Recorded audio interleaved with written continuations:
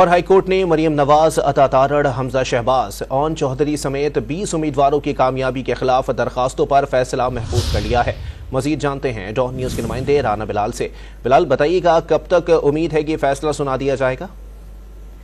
जी देखें, लाहौर हाईकोर्ट ने मरियम नवाज, अताउल्लाह तारड़, हमजा शहबाज, ख्वाजा आसफ समेत दीगर की जीत के खिलाफ दायर दरखास्तों पर फैसला महफूज कर लिया है। लाहौर हाईकोर्ट के जस्टिस अली बाकर नजफी ने 20 एक ही नोयत की मुख्तलिफ दरखास्तों पर समाअत की और ये इब्तदाई समाअत मुकम्मल होने के बाद फैसला महफूज कर लिया है। दरखास्त गुजारों की जानिब से ये मौक़िफ़ इख्तियार किया गया था कि फॉर्म 45 के मुताबिक वो जीत रहे थे, लेकिन जब फॉर्म 47 जारी किया गया उसके बाद दरखास्त गुजारों को हरा दिया गया।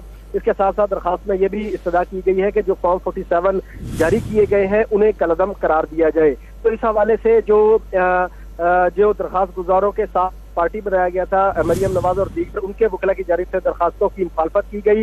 इलेक्शन कमीशन के वकील ने भी दरखास्तों की मुखालफत की और ये कहा कि इन दरखास्तों का फौरन इलेक्शन कमीशन है, ये दरखास्तें डायरेक्ट हाईकोर्ट में दायर नहीं हो सकती। जस्टिस अली बाकर नजफी ने इब्तदाई समाअत के बाद 20 एक ही मुख्तलिफ दरखास्तों पर फैसला महफूज कर लिया है, जो कि आज ही सुनाए जाने का इम्कान है। जी, बहुत शुक्रिया राना बिलाल अपडेट करने के लिए।